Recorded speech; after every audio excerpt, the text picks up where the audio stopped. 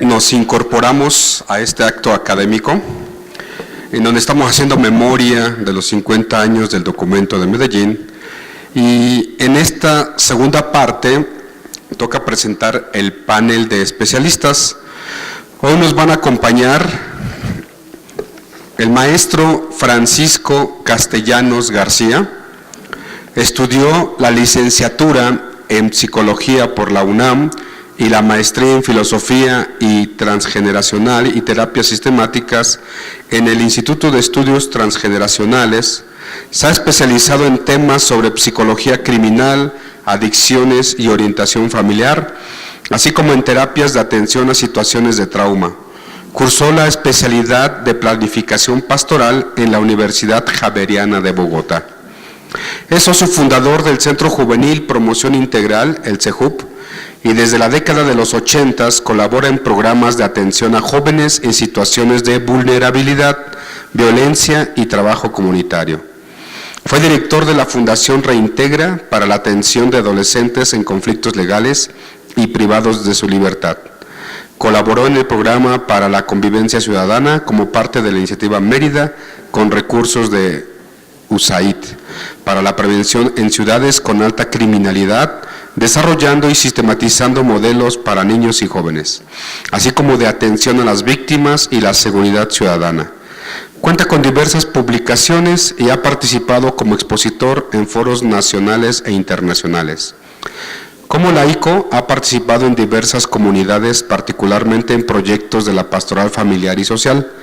Ha participado en la pastoral juvenil diocesana con el episcopado mexicano y latinoamericano. Ha sido integrante del Consejo de Pastoral de la Vicaría de Laicos de la Arquidiócesis de la Ciudad de México. Actualmente trabaja como director de coordinación interinstitucional de la Secretaría Ejecutiva del Sistema Nacional de Protección de Derechos de Niños, Niñas y Adolescentes, adscrito a la Secretaría de Gobernación. Le damos un fuerte aplauso.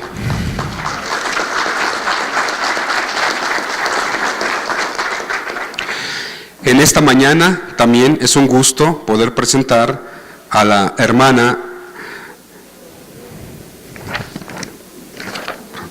a la religiosa de las hermanas de San José de León.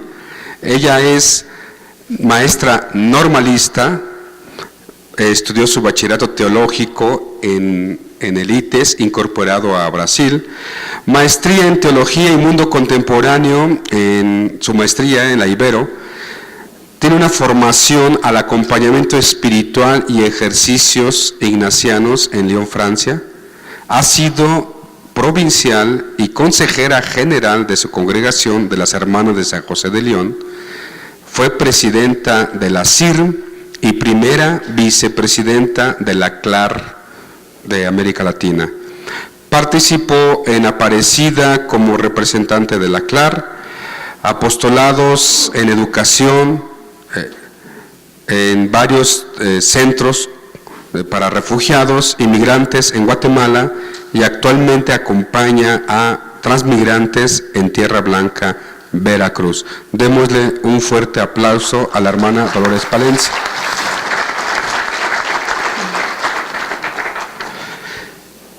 También tengo el gusto de presentar en esta mañana al doctor José de Jesús Legorreta Cepeda, aunque todavía no ha llegado, porque por tiempos vieron que nos adelantamos un poco, él ya viene en camino. José de Jesús Legorreta tiene un doctorado en Teología Sistemática por la Facultad de Teología de Granada, en España, doctorado en Ciencias Sociales y Política por la Universidad Iberoamericana de México, maestría en Sociología por la Universidad Iberoamericana de México, licenciatura en Sociología por la Universidad Nacional Autónoma de México, licenciatura pontificia en Teología por la Universidad de Deusto en España. Ha participado en la publicación de varios artículos y libros, en especial ha trabajado en Espacio Público, Iglesia y Modernidad en América Latina. Ha publicado La Sociología Latinoamericana en la Teología de la Liberación, Balance de una Experiencia. En las Ciencias Sociales, en la Teología Latinoamericana, Balance y Perspectivas, publicado por la Universidad Iberoamericana y Dabar. Ha hecho el análisis de la modernidad y los documentos de las conferencias generales del CELAM. En las ciencias sociales también se ha publicado este trabajo en la revista de la Universidad Iberoamericana y en Dabar, en el apartado Ciencias Sociales en la Teología Latinoamericana. Esperemos que pronto ya se incorpore a nuestro panel. Así que les damos un cálido aplauso para escuchar sus ponencias.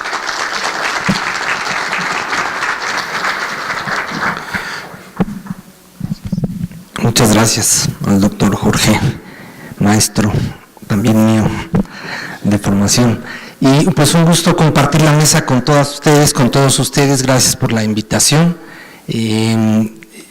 Pues creo que fue muy importante escuchar toda esta primera etapa, esta conferencia anterior, que hace un recuento histórico muy importante de cuál ha sido el proceso de nuestra iglesia en Latinoamericana. Yo por la edad pues nací con el concilio, ¿verdad? Entonces estaba muy chiquito y no me acuerdo mucho de esas cosas, ni de Medellín, pero definitivamente me tocó Puebla con una fuerza y con un arranque importantísimo en mi experiencia familiar, en mi experiencia personal y en mi experiencia como iglesia. Este espíritu que ya se dibujaba, la invitación me sirvió para los momentos de lectura del documento de Medellín y ver cómo ya se estaba sembrando los grandes lineamientos, los grandes pilares de esta eclesiología latinoamericana, en su análisis hablaba de los problemas que se veían venir. Yo creo que si los obispos hubieran enterado cómo vamos a acabar, a lo mejor quién sabe qué hubiera pasado, ¿verdad?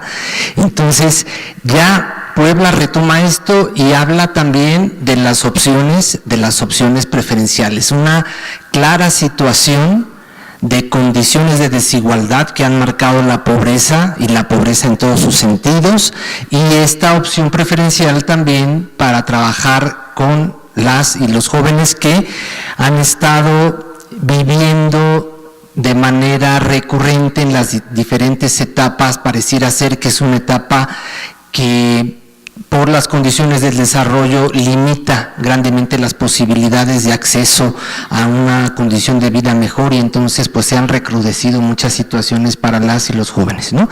Yo en esa etapa pues tenía mis 15 años en una parroquia, llega un sacerdote con también toda esta formación y experiencia con un sentido social, y al ver que hay movimientos y grupos de jóvenes, de los jovencitos buenos, ¿verdad?, es que vamos a la iglesia y cantamos y hacemos, dijo, pues vamos a hacer algo también para el resto de los jóvenes que están en la comunidad. Y era una comunidad que en la década de los 80 estaba fuertemente violentada por condiciones de droga, de desempleo, una presencia muy grande de las pandillas que llamamos en esa época, los llamados chavos banda. Y entonces me dijo, bueno, pues el padre Manuel Zubillaga me dijo, vamos a hacer algo, mira, vamos a tener este proyecto, vamos a retomar lo que ya están haciendo en la parroquia, pero vamos a salir un poquito, ¿no? Vamos a irnos. Y a mí la verdad sí me gustó, yo me sentí desde ahí llamado por Dios, porque aunque los otros espacios son muy buenos para los jóvenes, siempre decía, bueno, y los que no vienen, que a ellos no les llega la experiencia de Dios o el amor de Dios. Entonces pues salimos a las calles, salimos a las vecindades, teníamos que levantar los sábados, los domingos temprano, algunos de los jóvenes que amanecían heridos, inclusive muertos por las peleas entre las pandillas, a ver cómo se consumían con las drogas muy crueles, todo el tema de los inhalables que destruyen muchísimo la vida de los jóvenes, y a estar cada vez metiéndonos más en su dinámica y en su vida comunitaria, cómo las familias se veían afectadas y no sabían qué hacer, y la reacción de la comunidad pues era de preocupación, pero finalmente no tenían una posibilidad, una respuesta que hacer, y lo único que hacían pues era atemorizarse, pedir que estuviera la policía, y entonces los fines de semana se volvía más complicado el tema, porque llegaban las patrullas, hacían las famosas racias, detenían a los jóvenes, extorsionaban a los jóvenes, abusaban de las chicas que convivían con ellos en las pandillas, y el tema de la rivalidad entre las pandillas de una cuadra con otra cuadra, con los de Santa Fe. Yo estábamos aquí en la zona del Álvaro Obregón, en la parroquia de la Asunción de la colonia Merced Gómez, y entonces un movimiento en toda esa zona de Santa Fe hacia abajo, Las Águilas, del otro lado de las Barrancas, la colonia Presidentes, etcétera, y el crecimiento de la criminalidad, de la violencia, y entonces desde ahí empezamos a hacer algunas acciones para que el CEJUP tuviera una presencia más amistosa, más cercana, pero con una perspectiva que realmente respondiera a las necesidades de los jóvenes, por ejemplo, en cómo atender y a los que ya querían dejar el tema de la droga, y empezábamos a ver que era muy complicado y que necesitábamos de especializarnos, y que los jóvenes querían opciones de trabajo, generar algunas talleres con el aporte de los propios vecinos que tenía, por ejemplo, el herrero, y que nos recibiera algunos jóvenes para que los estuviera enseñando y de esta manera los fuera involucrando en actividades económicas, y posteriormente los chicos pudieran montar sus propios talleres como fuentes y recursos económicos, etcétera. Entonces, para mí la experiencia del CEJUP, que duró en su etapa intensa varios años, 6 años, después tuvimos la posibilidad de replicar el modelo en otros lugares de la diócesis y de otros lugares del país, y llevarlo también a experiencias de contextos también a nivel latinoamericano. Y junto con esto, pues una reflexión de cómo sería una presencia y un llamado de Dios para todos estos jóvenes que viven en estas circunstancias, producto de estas crisis del desarrollo urbano, del desarrollo económico, que siempre con este modelo capitalista va dejando a algunos muy fuera de estas posibilidades, y cada vez más con situaciones complejas como las que se presentaban. Esto pues fue marcando un poco mi vocación personal. Decidí estudiar al mismo tiempo que trabajaba la carrera de psicología, y cuando llegaba a la facultad aquí en la UNAM y me hablaban de psicología comunitaria y de programas de prevención, yo les decía a mis maestros, vengan a ver lo que hacemos, y llevaba todas las cosas, los que son como por esa época, hicimos una producción amplia de materiales y de folletos y de cuestiones metodológicas, videos, audios, etcétera, sobre el trabajo con jóvenes, y me decían los maestros, bueno, oye, y si mejor tomamos tu experiencia y que se vayan todos los alumnos a practicar y hacer la brigada antidroga y la semana del pandillero y la brigada por los derechos de los niños, y todas las metodologías que íbamos creando en el CEJUP eran una manera de responder. Entonces empezaba a entender cómo llevar el evangelio en un contexto universitario, en una realidad donde pues hablar de Dios en la Facultad de Psicología no es lo más común ni lo más fácil, ni para los que estamos ahí adentro, pero sí cómo hacer una experiencia de decir, mira, están pasando estas cosas, tenemos que ser solidarios, tenemos que llevar una presencia diferente, y desde aquí, desde la psicología lo podemos hacer, y lo podemos hacer desde el trabajo con la comunidad, y lo podemos hacer en un trabajo articulado con las instituciones. Cuando esto pasó, conocí la Fundación Reintegra, que ya tenía también varios años trabajando con personas en la cárcel, y hacían un trabajo de defensa legal y de apoyo para su reintegración social para las mujeres que salían de las cárceles de la Ciudad de México, y también para los varones. Y como en esos momentos, para el año 92, estaba cambiando la ley y permitía que hubiera una defensa particular, invitaron a Reintegra para que abriera también un programa para los adolescentes, lo que en ese momento en el marco legal se llamaban los menores infractores. Y entonces me dijeron, bueno, pues tú que tienes un poquito de esta experiencia con este tipo de muchachos, pues vamos a abrir el programa de Reintegra con adolescentes, con Carmen Pérez Rocha, algunas personas, el señor Pedro Robert, que fundó Reintegra, etcétera, y abrimos el programa para atender a los chicos que estaban entonces en el Consejo Tutelar, una defensa digna. Los defensores particulares en esa época nos parecía que no hacían el trabajo suficiente. Ya cometió un delito, pues hay que le vaya mal, hay que se pudran, hay que se queden, toda esta reacción social. Y de nuevo, pues conociendo la vida y las historias de estas chicas y de estos chicos, nos dábamos cuenta pues que al contrario, que requerían de una mirada solidaria, una mirada de apoyo, y después todo lo que era posible para garantizar procesos de reinserción social, a pesar de que habían cometido situaciones que la sociedad y la ley pues también los había rechazado, y de esta manera empezar a creer y a confiar también que este tipo de situaciones sociales que muchas veces la sociedad no quiere ver, no quiere apoyar, yo decía, pues sí es posible el cambio, sí es posible que un chico que llegó a cometer tales y tales delitos con oportunidades pueda darse cuenta un día que se hizo daño a él, que le hizo daño a la comunidad, a su familia, y que tiene posibilidades para cambiar. Y entonces ahí también aprovechamos mucho el tiempo haciendo muchas cuestiones que después nos llevaron a decir no solamente es la ayuda para uno ni para dos, sino cómo hacemos desde una política pública, desde un contexto de leyes que mejoren las condiciones para los niños y los adolescentes, y empezamos a mover los cambios en la ley. Hasta ahora que estoy en un puesto en el gobierno, me tocó ser parte del equipo que redactó la nueva Ley de Justicia de Adolescentes, que tiene un enfoque precisamente para la reinserción social, para garantizar sus derechos, pero también para responsabilizarlos. No es cierto que los jóvenes no tienen consecuencias en esta ciudad cuando cometen un delito, es al contrario, pero esa consecuencia tiene que estar ayudándolo desde un enfoque educativo y garantizando que va a tener la posibilidad de volver a la comunidad como un ser positivo, constructivo, que respeta las reglas.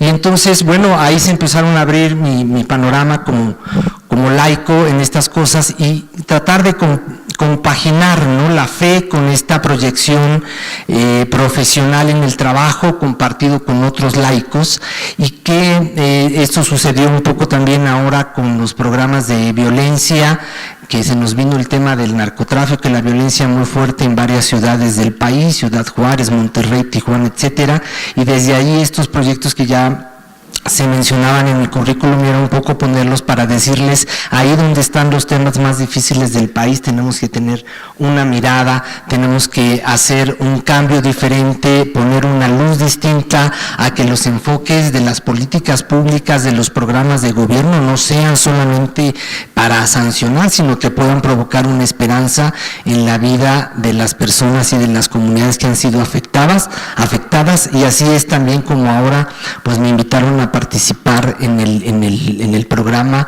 en el Sistema Nacional de Protección de Derechos de Niñas, Niños y Adolescentes con Ricardo Bucio, y que lo que estamos queriendo es promover una política que respete y que mire todas las condiciones de las niñas y los niños, que en verdad cuando nosotros no nos fijamos, no hacemos estas lecturas, pues en verdad no nos interesa, no nos preocupa. Es un poco el mismo esquema, ¿no? Recordaba cuando nos hacían esta reseña de la metodología del ver, juzgar y actuar, es un poco eso, ¿no? Darnos el tiempo para mirar que hay muchos niños que están en situaciones muy difíciles, que tenemos situaciones de violencia muy graves, de trata de las niñas, la situación de los migrantes que tú conoces, pero los niños sufriendo, migrando solos. Yo me preguntaba cuando estoy en la frontera de Chiapas y miras a una niña de 8 años sola, ¿qué pudo haber pasado por la cabeza de ese papá, de esa mamá, que pensó que lo mejor era mandar a su hija y dejarla sola con un grupo de migrantes a que se pudiera quedar en su casa y en su comunidad en Centroamérica? O sea, realmente las situaciones son de tal magnitud que a veces no alcanzamos a entender. Necesitamos la fe para entender también más allá del dolor que está aquejando a una buena parte de nuestros hermanos, y entonces tratar de hacer una mirada distinta. Esa es un poco como mi trayectoria, pero quería enfatizar en 2 ideas como iglesia. Una, también de mi experiencia personal, que yo creo que sí necesitamos recuperar los espacios de formación y de apertura para tomar conciencia de lo que está pasando afuera y cómo proyectarnos en el trabajo como laicos en todas las realidades que nos competen. A mí sí me tocó cuando era joven estos espacios, tenía opciones para hacerlo, pero hoy yo lo busco y no encuentro claridad. Cuando más, algunas cuestiones de formación en la fe, algunas cuestiones de formación humana, que a mí me gusta mucho porque además soy psicólogo, entonces si hablamos de formación humana, los cursos, el desarrollo, la tanatología, la autoestima, la vida en pareja, qué bueno, pero no es suficiente con que tú estés bien. Tenemos el compromiso también de que el otro esté bien, del que está enfrente está bien, de esa madre soltera, de esa persona sola, de ese joven sin trabajo. Y entonces ahí yo descubrí también que mucho del camino de algunos laicos son las opciones de las organizaciones sociales, ¿no? Porque entonces ahí podemos decir, ahora vamos a hacer los proyectos con más claridad, con más técnica, con más metodología, sin perder el espíritu que nos anima a tratar de cambiar. Yo creo que esa es una posibilidad, pero en algunos momentos de este recorrido, sí, la sensación de haber perdido el acompañamiento. De repente los pastores que nos lanzaron, que nos formaron, pues andan en otro rollo y uno ya tiene que andar con la linterna tratando de descubrir de cómo alimentar tu fe para hacerlo, porque ya a ese nivel ya se pierden los espacios y los canales de comunicación cuando hay esta comunicación en el mejor de los sentidos. Pero también poner de manifiesto cuando entramos en momentos de tensión y de rupturas, cuando ya le eres molesto a un párroco y te dice, pues mijito, ya no quiero que estés en el consejo de pastoral, porque como que me alborotas mucho el gallinero, ¿verdad? Y tú y tus muchachos de las pandillas están muy bien, pero pues ahorita ya se enojó doña Chuchita y las hermanas de la vela perpetua porque dicen que por qué tienen que entrar esos muchachos a la iglesia. Entonces, mira, ¿qué te parece si vamos dejando un poquito estas cosas? O los mecanismos de no apoyar, ¿verdad? Con los cambios, bueno, llegamos a una comunidad, a una parroquia, a un proyecto pastoral, pero resulta que ahora al padre pues ya no le gusta, ¿no? El padre eso no, esas cosas a ese padre, entonces ya no son, se vuelve con esta reflexión que veíamos en una iglesia focalizada, centralizada, en la jerarquía, en donde aunque los laicos hubiéramos participado y desarrollado proyectos, pues resulta que al nuevo padre ya no le gusta, entonces pues hay que buscar otros espacios, otros apoyos, porque pues finalmente se da también este tipo de situaciones en la vida de la iglesia que yo creo que nos tendría que hacer pensar cómo mejoramos un poco toda esta cuestión de seguir animando los procesos o espacios de formación especiales para, si a lo mejor el padre, porque yo también me daba cuenta que hay temas que no le saben manejar o no les interesa, bueno, pero tenemos en la iglesia en donde sí, ¿no? Entonces hay un lugar, porque tampoco son todos los laicos y todas las personas que quieren llegar a hacer una proyección en el ámbito de lo social, en donde sí podemos hacerlo. Ahí están algunas experiencias como el Instituto, el Indoso, etcétera, pero que pues sería muy importante hacerlo. Entonces yo lo que creo que en este momento y en esta reflexión, yo creo que tenemos que aprovechar sobre todo para volver a mirar con los ojos de la misericordia la realidad humana, ¿no? O sea, yo por eso decía, si los obispos hace 50 años hubieran imaginado lo que iba a pasar, si tenemos claridad de que regresamos a una dinámica donde somos de los países con un índice de homicidios muy alto, que repuntó este año muchísimo los homicidios en México, y yo digo, ¿quién de nosotros está haciendo algo, está levantando la voz,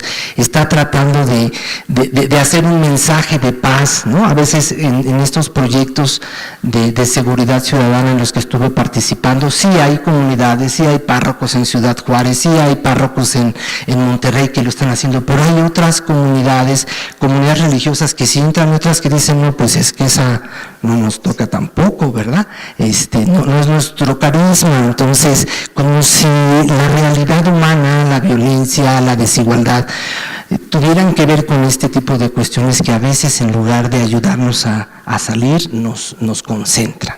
Esa es un poco mi reflexión, lo hago con mucho cariño, lo hago con mucho respeto y con la mejor de las intenciones, para que desde nuestra iglesia, los laicos, que somos los que estamos llamados a iluminar estas realidades, pero no solos, sino también con la jerarquía, también con el aporte muy importante, muy valioso. Tengo experiencias muy importantes y significativas de apoyo con las comunidades religiosas, pues seamos luz en este mundo, en este país que tanto lo requiere, que tanto lo necesita. Muchas gracias.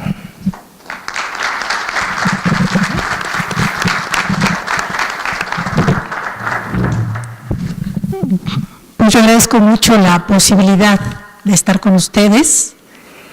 Sí significa un esfuerzo dejar a los transmigrantes en estos momentos tan delicados y tan peligrosos para ellos. Yo quiero situarme muy diferente, como ven el cabello blanco lo dice. Yo viví el concilio antes de ser religiosa y entré a la vida religiosa en enero de 69, es decir que Medellín estaba fresquecito. Medellín acababa de pasar cuando yo llegaba a la congregación religiosa y había vivido como laica un compromiso fuerte. Pertenecía yo a un grupo, a las congregaciones marianas que hoy se llaman Comunidades de Vida Cristiana, con lo cual yo tenía un compromiso laico fuerte que me hizo dudar de ingresar a la vida religiosa porque me sentía yo muy plenamente realizada y comprometida.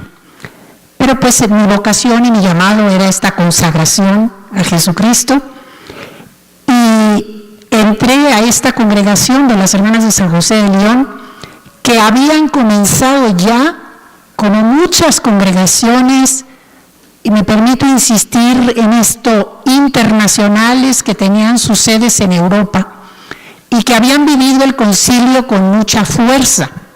Y entonces nuestros consejos generales y nuestras superioras pues habían sentido la sacudida porque también veían la fuerza del secularismo y la muerte del cristianismo en Europa. Y entonces nos agitaban a todas las provincias para que nos pusiéramos en movimiento y pudiéramos tratar de vivir una verdadera renovación de vida consagrada. Yo creo que ese movimiento que venía de nuestras congregaciones religiosas y sobre todo por haber vivido hondamente el concilio, permitió que entráramos en el dinamismo de Medellín en cierta manera. Nosotras tuvimos la suerte de que una de nuestras hermanas estuvo presente en Medellín como representante de la CIRMI de la CLAR. Pero muchas otras lo recibíamos más por nuestras congregaciones que por la difusión que se hizo en México de Medellín. Yo quisiera decir que cuando me pidieron esta reflexión y este compartir, lo primero que vino a mi mente fue: Medellín llegó tarde a la iglesia y al pueblo de México, porque no recuerdo situaciones de difusión, de compartir, de popularizar los documentos y las conclusiones de Medellín. Mi experiencia de una popularización fuerte de los contenidos de Medellín se dio gracias a las comunidades eclesiales de base, en las cuales yo participaba en una inserción rural y campesina en Tabasco, cuando ya era inminente Puebla. Como Puebla venía, era importante que la gente supiera que era Medellín, porque si no, no se entendía nada. Y tuvimos que empezar en las comunidades eclesiales de base a hacer monitos y caricaturas para que nuestro pueblo campesino, nuestros pueblos indígenas, entendieran qué significaba Puebla y por qué existía Puebla o iba a existir. Y entonces fue el tiempo en que más se profundizó Medellín, porque era la única manera de hacer cercano a Puebla. Esta constatación de esto que viví creo que me permite decir lo que yo retomo de mi experiencia de vida consagrada y que creo que puede ser la experiencia de otras congregaciones. Y quisiera empezar con una frase que dijo Cecilio de Lora, un religioso marianista, en un encuentro que hubo el año pasado, creo, en Colombia. Y dijo: en estos tiempos en los que no sabemos a dónde vamos, es bueno saber de dónde venimos. Y yo creo que ciertamente la vida consagrada de hoy no sabe muy bien a dónde la lleva el Espíritu. No sabemos. Sin embargo, sí sabemos de dónde venimos, algunos. Y nos alienta la certeza que tenemos de que sabemos con quién vamos. Hay un gran desafío para nosotras, para nosotros, a discernir con fidelidad y con creatividad los signos de los tiempos que hoy nos marca el Espíritu y a dejarnos llevar en la esperanza y en la confianza. Y yo quisiera resaltar algunos de los signos que yo creo que Medellín dejó marcada en la vida consagrada. Sí quisiera decir que creo que la vida consagrada de México vivía en los tiempos de Medellín muy alejada de la patria grande latinoamericana. México, por muchas circunstancias, parecía autosuficiente con su vida consagrada. Éramos muchas congregaciones, muchísimas congregaciones locales y nacionales, y no mirábamos mucho al Cono Sur, no mirábamos mucho las vivencias y las experiencias que se vivían allá. Y yo creo que esto nos empobreció y nos retrasó también en los cambios. Sin embargo, yo creo que algo de lo que Medellín marcó en esos primeros años fue la centralidad de Jesús pobre y en seguimiento de Jesús la centralidad de los pobres. Y esta centralidad de la opción por los pobres ha ido retomando otros rostros de pobreza en los diferentes tiempos. Y la exclusión, la marginalidad, los diferentes escenarios y sujetos han seguido presentes para la vida consagrada. Medellín nos insistió muchísimo en el testimonio de vida. No podíamos hablar de Jesús y de su seguimiento si no había una coherencia en nuestras vidas, si no había actos y verdad. Medellín también, aterrizando el deseo del Concilio Vaticano, nos hizo entrar de lleno en los problemas de nuestra sociedad latinoamericana. Nos hizo comprender que no podíamos permanecer al margen, que no éramos una vida fuera del mundo, aunque la vida consagrada se hubiera situado muchas veces fuera del mundo, sino que nuestro camino de servicio y de presencia tenía que ser en colaboración eclesial y también en colaboración con todas las personas de buena voluntad que quisieran vivir realmente una transformación de la sociedad a favor de la justicia, de la dignidad humana, de los derechos humanos. Medellín nos hizo ver que la conexión entre la evangelización y la promoción humana era definitiva. No era posible evangelizar sin promover el desarrollo, la justicia y la dignidad. La Iglesia no está fuera del mundo, dijo el Concilio Vaticano, tratando de recuperar los años de distancia y de caminar paralelo. Medellín desafió a la vida consagrada para que nos dijera: nunca más una vida consagrada aislada de la humanidad y de la realidad. Y yo creo que esto nos marcó a todas las que en esos tiempos entrábamos, éramos jóvenes o teníamos deseos de cambio. Y yo creo que no éramos todas. Y esto significó mucha tensión al interno de congregaciones, entre congregaciones de un estilo y de otro, con el clero, con la jerarquía, y más tarde y más adelante, pues ser focalizadas también, aún desde el punto de vista de nuestros gobiernos, como comunistas o como sospechosas, porque aquello que vivíamos ya no se parecía a la vida consagrada tradicional. Medellín nos invitó también, en solidaridad y en seguimiento con Jesús, a bajarnos, a vaciarnos. Poder vivir en solidaridad con los débiles y con los que sufren implica vivir y caminar con ellos y aprender de ellos. Es la única manera de una posibilidad de otro mundo y de un reino. Y la vida consagrada de América Latina, y yo creo que de México, ha reconocido que hemos sido evangelizados por los pobres. Son ellos los que nos han enseñado muchas veces el caminar, y las comunidades eclesiales de base, de manera particular, nos han enseñado otra manera de ser iglesia. Como diría Monseñor Arturo Lona en un encuentro de comunidades eclesiales de base en 1979 en Oaxaca, la iglesia en movimiento, no un movimiento de iglesia. El método del ver, pensar y actuar de la SEPS fue penetrando nuestras comunidades religiosas, nuestras provincias, nuestras congregaciones y las conferencias de religiosos y de religiosas.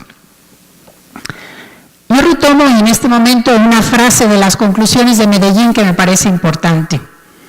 Dice: creemos que verdaderamente en Medellín se vivió un Pentecostés para la Iglesia en América Latina, y es un periodo marcado por una profunda renovación espiritual, una generosa caridad pastoral y una auténtica sensibilidad social. Yo creo que estos tres rasgos fueron claves en la vida consagrada. Una profunda renovación espiritual. La vida espiritual de muchas comunidades religiosas estaba determinada por los horarios, las campanas, las reglas, los directorios. Y esta vida nueva al lado de los pobres rompió con todo eso. Ya no había horarios, ya no había campanas, ya no había reglas, ya no había directorios. Orábamos junto con los pobres, vivíamos al ritmo de la vida de campesinos o de indígenas, compartíamos nuestras mesas, las de ellos muchas veces más que la nuestra, compartíamos el caminar y el trabajo. Entonces nuestra vida espiritual no podía estar sostenida por cuestiones de fuera, externas. Tenía que nacer de convicciones profundas, enraizadas, que de veras hicieran brotar un seguimiento de Jesús, que no estuviera ni vigilado ni cooptado por una persona que de alguna manera comprobaba si estábamos en la capilla a la hora de la oración o no. Muchas veces ni capillas podíamos tener.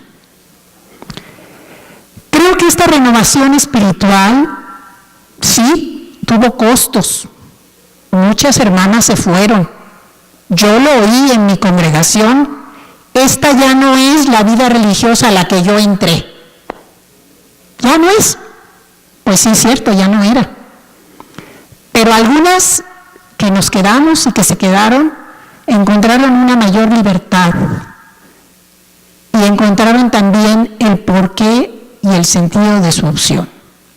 Y esto me parece capital.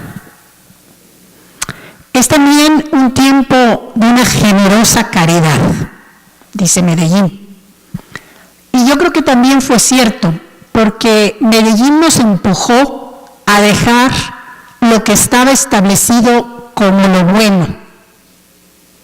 Tuvimos que dejar instituciones, porque la prioridad apostólica se ponía en otro sitio. Y junto con las instituciones dejábamos trabajos remunerados, medios de subsistencia. Y yo tengo que decir que en la generosidad de muchísimas congregaciones religiosas que se fueron a vivir al servicio de parroquias indígenas, rurales, suburbanas, marginadas, nunca se contó con el apoyo del clero para que viviéramos. ¿De qué comíamos? ¿De qué nos vestíamos? ¿Con qué pagábamos renta? ¿Cómo le hacíamos? Y claro, muchísimas congregaciones religiosas se empobrecieron. Yo, en lo personal, digo gracias a Dios. Pero eso puso en situaciones de crisis a muchas congregaciones. Y también nos dice Medellín que es el tiempo de una auténtica sensibilidad social. Y yo creo que ciertamente las congregaciones religiosas que fuimos atravesando la concientización y sensibilización de Medellín, aprendimos que vivir en el mundo era hacer análisis social, era estar al tanto de las noticias, era saber lo que pasaba en nuestros barrios, en nuestros ranchos, en los campamentos de refugiados o allí donde nos encontráramos. Y que la suerte de nuestros vecinos también era nuestra suerte. Que ya no había ni seguridades ni privilegios. Y que solamente haciendo un análisis y estando atentos a la realidad social, podíamos, confrontando la palabra y la escritura, encontrar los caminos que el Espíritu nos estaba marcando y nos marca. En este tiempo, ciertamente, la CIRM y otras conferencias de religiosos y religiosas, la CLAR, desde luego, implementó muchos encuentros, seminarios, para ayudar a la vida religiosa y a la vida consagrada del continente a responder a los grandes desafíos. Hubo seminarios de análisis, hubo seminarios de formación y planeación, hubo nuevos proyectos impulsados, nuevas inserciones, experiencias compartidas de nuevos retos, de nuevas realidades, y todo esto fue llamándonos también a esta formación teológica que Medellín había insistido para la vida religiosa, pero que se nos cerraba en todas las puertas que tocamos. Y creo que esto, desgraciadamente, sigue siendo verdad para la vida religiosa y para las mujeres. Yo escuché de un señor obispo y cardenal decir: las mujeres no pueden ser teólogas, serán licenciadas en ciencias religiosas, pero teólogas no pueden, simplemente no pueden. ¿Pero por qué? Porque no pueden. Nunca logramos saber cuáles eran sus razones de pesos. Y esas puertas creo yo que siguen bastante cerradas. Pero no la inquietud. Yo creo que la inquietud de la vida consagrada, femenina sobre todo, de prepararse más, de capacitarse en ciencias sociales y también en teología, nos llevó a poder capacitarnos en universidades laicas, en la Universidad Nacional Autónoma de México, en las UAMs, en los FES y en todas esas universidades que además nos pusieron al lado de la realidad de los jóvenes, una realidad que también nos confronta y nos desafía continuamente. Yo creo que para la vida consagrada de esa época de Medellín fue muy importante algo que John Sobrino sintetizó de esta manera. La vida consagrada está llamada a vivir en el desierto, donde no hay nadie o nadie quiere ir. En la periferia, alejarse de la tentación del poder, de las alianzas con los poderes que oprimen o de ser parte del poder.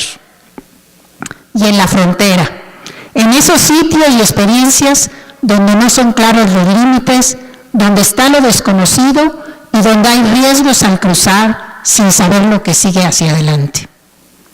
Y yo creo que las generaciones de mis épocas y algunas posteriores hemos estado marcados por esto. Y esto nos ha permitido también vivir la itinerancia, vivir el movimiento. Es decir, entender que no porque una obra sea muy buena o una presencia apostólica haya sido muy significativa, tenemos que permanecer allí hasta la eternidad. Los llamados del Espíritu se van manifestando de manera diferente y hay que tener el valor y la audacia de dejar, de preparar el terreno y justamente en colaboración muy estrecha con laicos y laicas, saber trabajar juntos para que nuestra presencia ya no sea indispensable ni necesaria y podamos partir a otros sitios nuevos que el Espíritu nos muestra. Yo creo que esto se lo debemos a Medellín y que esto ha marcado la vida consagrada desde hace años. Ciertamente nuestros hermanos de América Latina, nuestros hermanos consagrados y consagradas de América Latina han sido maestros de entrega y de coraje, de valor. Los primeros mártires de la vida consagrada sin duda vienen de América Latina, del Cono Sur y de América Central. Y ellos nos han enseñado que esta es parte de nuestra vocación y que hay que aceptarla y asumirla. Yo creo que muchas congregaciones vivimos esas tensiones porque esta opción por los pobres jaloneaba a veces nuestra consagración y ponía nuestros votos en entredicho. ¿Cómo hablar de un voto de pobreza cuando nos vamos a vivir en medio de los refugiados de Guatemala, cuando entraron a Chiapas? ¿Qué era nuestra pobreza cuando teníamos todas las seguridades del mundo? ¿Cómo vivir la obediencia cuando aprendimos con las comunidades de base que todo era participativo, circular, que los ministerios se rotaban, que había que hacer un poco de todo y apoyarnos y ayudarnos? Entonces esa obediencia demasiado vertical, pues ya no entraba. Ahora la participación, el diálogo, etcétera, tenía que implementarse en nuestras congregaciones. ¿Y cómo vivir nuestro celibato consagrado y nuestra opción de castidad en este estilo de vida, cuando la vida nos ponía en medio de muchas colaboraciones, convivencias, compartires, afinidades espirituales, atracciones físicas, etcétera? Y todo era en medio del servicio del apostolado. Hemos tenido que resignificar nuestros votos y gracias a Dios, porque creo que esto nos permite vivirlos cada día con la novedad del Espíritu. Me parece que también nuestra fragilidad y nuestra debilidad, que es mucho más manifiesta hoy, puesto que las congregaciones religiosas en su mayoría estamos disminuyendo en personal, aumentamos en edad, y nos hace sentir y captar mejor nuestra fragilidad. Ya desde Medellín pudimos sentir un poco que no teníamos que ser protagonistas de la historia y que nuestro sitio de vida consagrada es caminar junto con y no forzosamente llevar los liderazgos. Y hay hermanas y hermanos consagrados que son líderes y que viven su liderazgo, pero ahora entendimos más ese liderazgo compartido, participativo, circular, comunitario. Ciertamente, algo que Medellín nos llevó a recuestionar a través de las inserciones, de la itinerancia, fue nuestro estilo de vida comunitaria. La vida comunitaria en muchas congregaciones religiosas se regulaba, como les decía yo, por el horario, por el reloj, por esquemas muy estrictos. Y ahora no. Ahora teníamos que preguntarnos qué nos hacía encontrarnos, por qué nos reuníamos y darle calidad a esos momentos. Y también aceptar la diferencia, vivirnos diferentes. Se acabó la uniformidad. Se acabó la uniformidad. De por sí, en México, a diferencia de América Latina, nunca habíamos usado hábitos, y menos en público. No se podía salir a la calle con hábito, estaba prohibido por la Constitución. Y yo digo nuevamente, gracias a Dios, yo nunca tuve hábito desde que entré, jamás. Y digo, eso nos separa, nos distingue. Puede ser que en ciertos lugares y por cuestiones apostólicas sea conveniente, y hay signos que son necesarios, pero separarnos de los demás, hacernos diferentes, sin aceptar la diferencia, porque también nos uniformaba.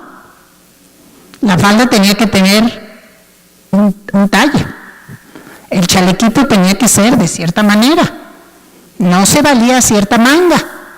Bueno, todo eso nos uniforma, digamos, superficialmente. No nos da una unidad. Nuestra vida comunitaria se replanteó, creo yo, muchos aspectos fundamentales. Cómo oramos, cómo compartimos nuestra experiencia de Dios, cómo compartimos la vivencia de servicio, cómo vivimos nuestros votos, cómo abrimos nuestras casas, cómo participamos de los dolores y las penas de nuestra gente con quienes convivimos, y qué tanto permitimos que la gente entre e interrumpa nuestras vidas. Me parece también que a pesar de las dificultades que se vivieron en esa época de Medellín, y a pesar de los costos, de las confusiones que también se vivieron, porque hubo confusiones, Medellín nos llevó a volver continuamente a nuestras fuentes, a los orígenes de nuestras fundaciones. Y yo creo que muchas congregaciones somos muy conscientes de que nuestros carismas nacieron en momentos históricos de escucha a las necesidades de la gente, a las grandes pobrezas y miserias. Nacieron para la misericordia, para la compasión. Y que nuestra opción de vida consagrada en sus experiencias fundantes fue flexible, abierta y siempre en una gran creatividad profética. Creo también que si releemos nuestra historia como congregaciones y como vida consagrada en América Latina, podemos saber que no podemos esperar certezas, ni caminos definidos, ni control de resultados, ni claridades, ni aceptación plena, ni reconocimiento, ni privilegios. Seguir a Jesús junto a los crucificados de la tierra es un camino pascual que está llamado a vivirse en la alegría y dando razón de nuestra esperanza. Yo creo que muchas religiosas, muchas hermanas, aprendimos de las mujeres al lado del fogón, al lado de los lavaderos, al lado del cuidado de los niños, mucho de la ternura y del cariño que como mujeres necesitábamos expresarnos y expresar. Y yo creo que eso es algo que también hemos recuperado como vida consagrada femenina. Ser plenamente mujeres y expresar nuestro seguimiento de Jesucristo desde nuestro ser de mujeres. Tomando nuestro sitio en colaboración y en complementación, no en lucha de poder.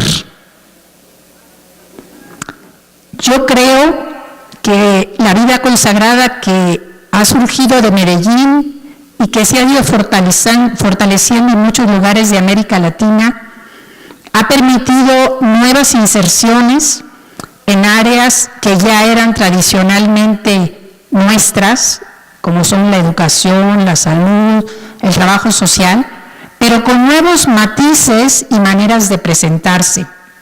Ciertamente la presencia al lado de los campesinos, de las víctimas, siguen siendo importantes, pero hoy hay muchos más rostros, los rostros afroamericanos, migrantes, de víctimas, las víctimas de la trata, las familias de los desaparecidos, los jóvenes, las adicciones. La vida clama y la vida reclama, dice Teresa Parodi. Reclama solidaridad, compartir, acompañar, aprender y desaprender, construir y deconstruir. Y creo que hoy un gran reto para la vida consagrada y que viene desde Medellín es el desafío de la paz y de la reconciliación. Hoy es un nuevo clamor que se levanta en todo nuestro continente y en nuestro México de manera muy especial. Este reclamo de paz y de reconciliación a veces es difícil, como para Ezequiel comer el libro o para Isaías sentir el fuego en la boca, pero es también, como Jeremías, querer dejarlo todo y no poder porque nuestras entrañas arden. En Aparecida yo escuché a varios obispos decir: la vida religiosa, la vida consagrada ya no tiene sentido, es un modelo acabado. Quizá vamos a desaparecer, no lo sé, tampoco me importa mucho. Yo creo que tenemos que vivir hoy lo que hoy estamos llamados a vivir y que tenemos líneas que heredamos de Medellín, que Puebla confirmó, que Aparecida marcó y que el Papa Francisco nos ha llamado con insistencia. Salir fuertes de nuestra visión de Jesucristo y desde Él para estar en medio de la humanidad sufriente. Muchas gracias.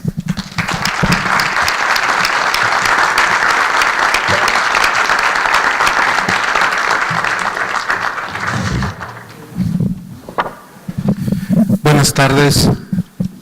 Les agradezco a los organizadores el que me hayan invitado a participar y enriquecerme pues también de lo que uno escucha y volver a rememorar, releer y revalorar lo que es Medellín, pues siempre es algo como muy importante, sobre todo yo creo por algo que ya mencionaba Dolores, que es que Medellín, ella hablaba de que fue poco difundido, yo creo que sigue. O sea, yo creo que el conocimiento de lo que es Medellín se ha vuelto una etiqueta y yo me atrevería a decir que no se conoce. Vamos, incluso puedo exagerar, pero no se conoce ni el concilio. O sea, conocemos eslogans, frases así que suenan padres, hasta se cantan, pero eso ha llevado, yo siento, dos cosas que se han quedado a medio camino. Uno, realmente conocer qué es lo que se quiso decir. Lo otro, que esto permee y haga una mutación de las estructuras que haga posible lo que se dijo en uno y otro evento. Menciono esto porque quisiera iniciar, a mí me pidieron los organizadores, las organizadoras, pues que hablara algo sobre las comunidades eclesiales de base a partir de Medellín. Finalmente, este tema es un tema que dicho técnicamente es eclesiológico, o dicho de manera más común, es un tema sobre la iglesia. Pero quisiera centrar un poco desde la importancia de Medellín, no es solamente porque cumpla 50 años, que bueno, eso siempre hay que celebrarlos, no se cumplen cada 8 días 50 años, pero el documento de Medellín y el evento en sí mismo tuvo una importancia muy relevante. Para empezar, Medellín se inserta como en la segunda conferencia general del episcopado latinoamericano. La primera fue en Río de Janeiro en 1955, que por cierto no se pensó como una primera conferencia, fue un encuentro un encuentro eucarístico, y a propósito de eso se hizo una petición al entonces Papa Pío XII de fundar el CELAM, etcétera. La cuestión es que, esa conferencia ahí queda como referencia, pero Medellín se inserta en una serie de estos eventos de las reuniones del episcopado latinoamericano que van a tener como una cierta secuencia, aproximadamente poco más, poco menos cada 10 años, que dicho sea de paso, pues ya tocaría una. Andamos atrasados en eso. Pero bueno, en Medellín, a diferencia de las siguientes conferencias y los documentos que de ahí salieron, que luego fue Puebla en 79, Santo Domingo en 1992 y Aparecida en el 2007, si no mal recuerdo. Hubo grandes diferencias, para valorar la importancia de Medellín. Una, lo que aprobaron los obispos en sus reuniones, sus asambleas, fue publicado tal cual por indicación de Pablo VI. Esto no se dio ni con el documento de Puebla, mucho menos con el de Santo Domingo y Aparecida tampoco. Por decirlo de una manera provocativa, los documentos posteriores tuvieron que pasar por la aduana de la curia romana. Medellín no. Yo creo que eso es un dato interesante. Segundo, es de tal importancia lo que dice este documento, que es una colección de 16 documentos, pero vamos a llevarle el documento de Medellín, que ha sido conocido como el magisterio latinoamericano. Esto es como la enseñanza oficial de una región, de una iglesia continental. Esto no se dice de otras iglesias, no hay magisterio europeo, magisterio africano, magisterio asiático. Sí se habla de magisterio latinoamericano. Aún más, para quienes están o puedan estar metidos un poco más en el área teológica, hay por ahí un manual que es conocido popularmente como el Denzinger, que es una colección un poco de todo, pero intenta hacer de colección de resoluciones de concilios, cartas de papa, etcétera. O sea, intenta teóricamente, con una serie de asegúnes que tiene, como recopilar la doctrina oficial del magisterio universal, entre comillas. Bueno, es muy curioso porque en la última edición está incluido Medellín. O sea, Medellín está considerado como parte del magisterio de la Iglesia Universal. O sea, no estamos hablando de cualquier otro documento. O sea, la reunión de los obispos latinoamericanos de 1899, eso no aparece ni mencionado. En cambio, entonces, lo que quiero mencionar con esto es que se trata de un documento de la gran relevancia, con una gran libertad que se elaboró y que fue hecha por aquellos que habían participado apenas 3 años antes en el Vaticano II. Por ahí decía un autor que si bien los obispos latinoamericanos no fueron los padres del concilio, sí fueron los hijos del concilio. Y ellos vinieron y aquí trataron de ver la situación. Se narra una anécdota, y aquí quisiera partir, de que cuando estaba por concluir el Concilio Vaticano II, cerca del mes de diciembre, entre noviembre y diciembre, el cardenal Manuel Larraín, que era entonces el presidente del CELAM, pues habló con los obispos entonces latinoamericanos y dijeron, ¿qué tenemos que hacer en América Latina para que el concilio no pase de largo? Y entonces le propusieron a Pablo VI, en una reunión que tuvieron a propósito de un aniversario del CELAM, la celebración de esa segunda conferencia que va a ser Medellín. Pues bien, esto como para resaltar la importancia que tuvo. Introducido en el tema, yo creo que para ubicar la relevancia y el dinamismo y la proyección que van a tener las llamadas comunidades de base, es importante partir del horizonte y del sentido que le dio el empuje.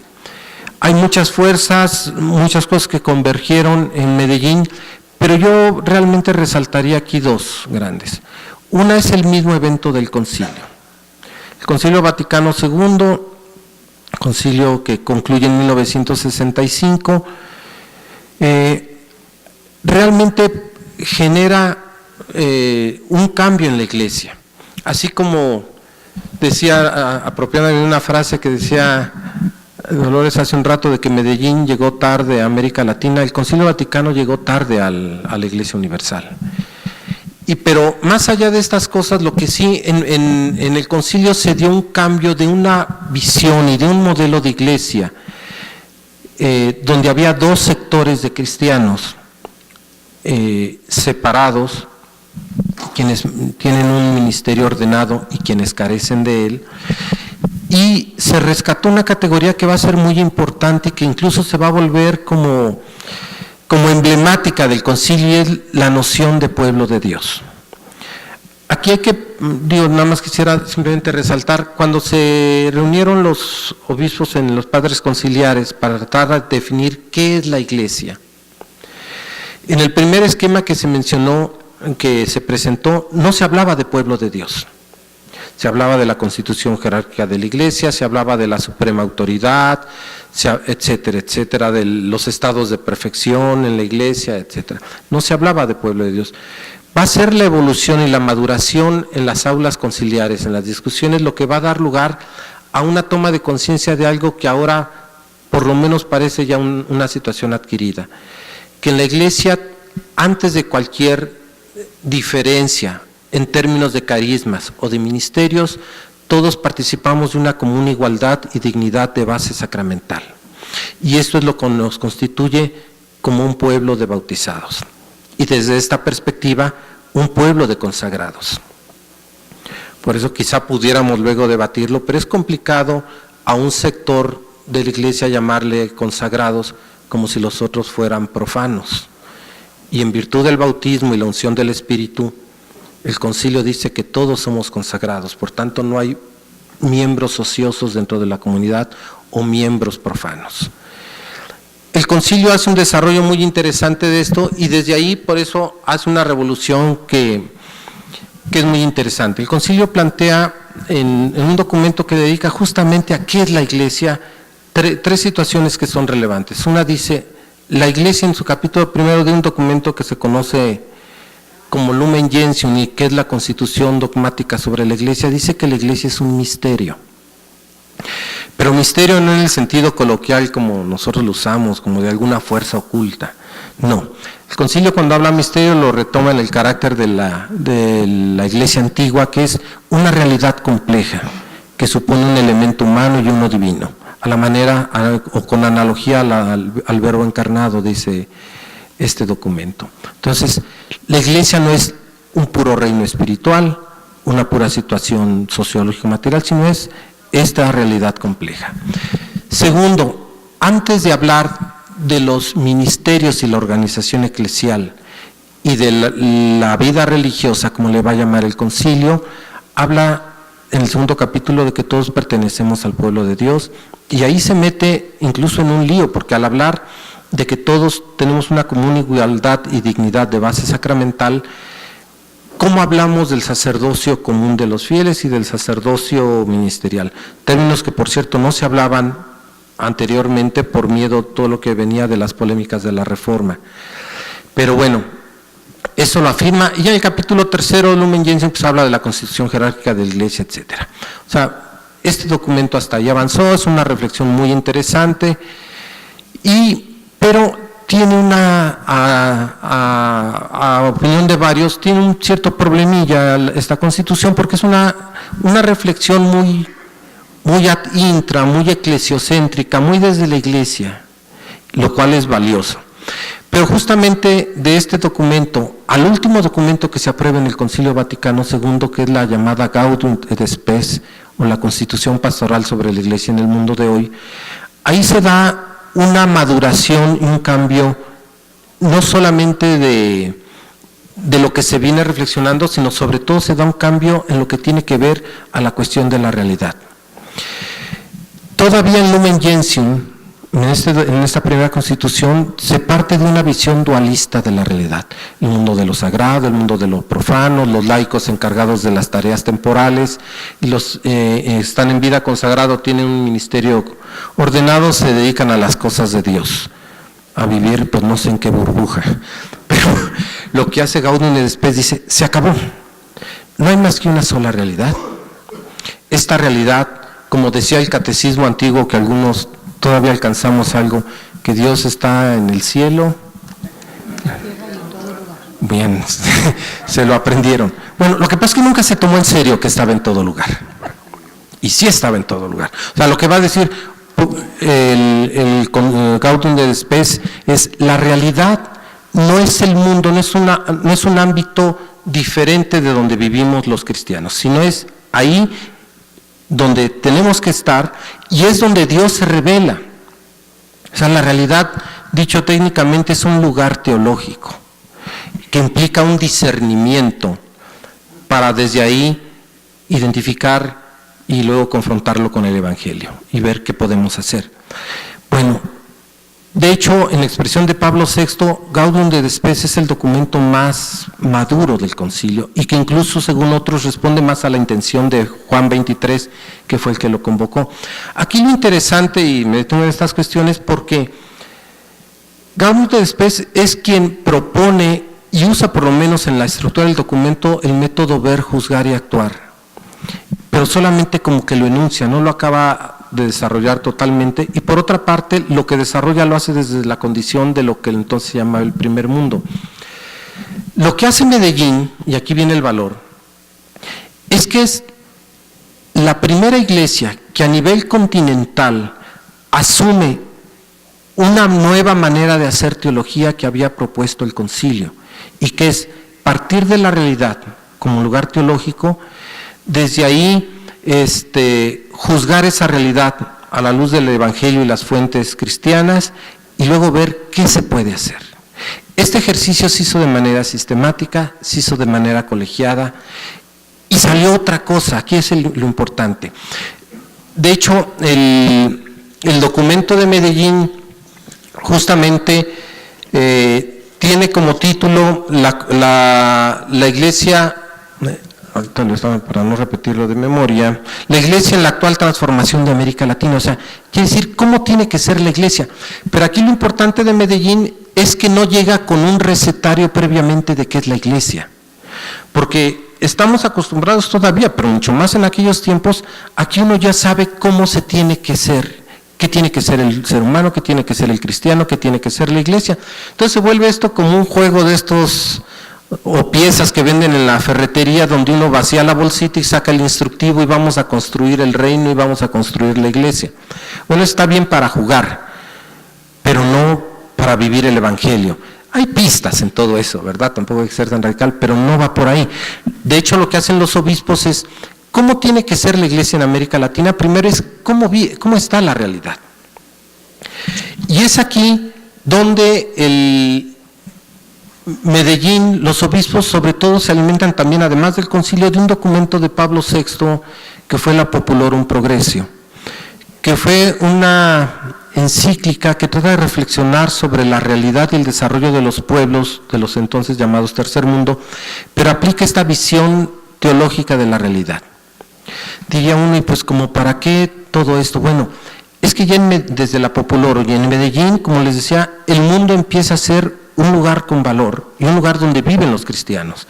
No es como en ese catecismo que varios de ustedes se lo saben de memoria, que había 3 enemigos del alma, ¿no? Mundo, demonio y carne.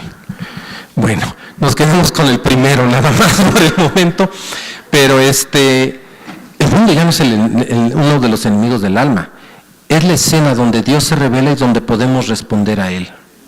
Es la única manera y el único espacio donde podemos ser cristianos.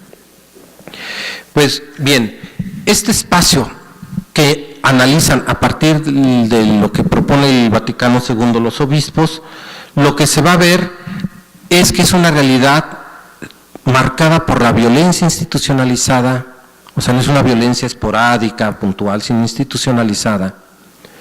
Digo, en México podríamos seguir firmando esa frase porque los datos son muy claros.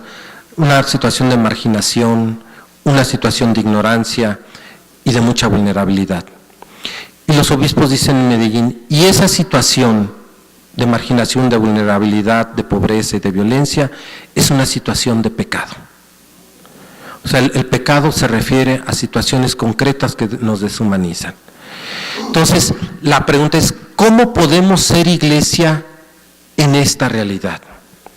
O como decía un teólogo por ahí en los 70s, ¿cómo podemos hablar de un Dios de vida en una situación de opresión y de muerte? Lo que quedaba claro, y lo que hace Medellín a lo largo de sus documentos, es que no podemos ser el grupo de seguidores de Jesús con las estructuras que hemos heredado. Lo dice de diversas maneras en sus 16 documentos. Y esto hace mucho eco con lo que el Papa Francisco llegó a señalar en este documento del Evangelii Gaudium hace algunos años recién que empezó su pontificado, cuando decían que hay que cambiar en la iglesia para que esta iglesia en salida, que primeré y todos estos neologismos que le encantan a Francisco más o menos fluyan y puedan funcionar. ¿Qué se tiene que cambiar? Dice el Papa, todo. Empezando por la curia romana, las estructuras, hay que revisar todo.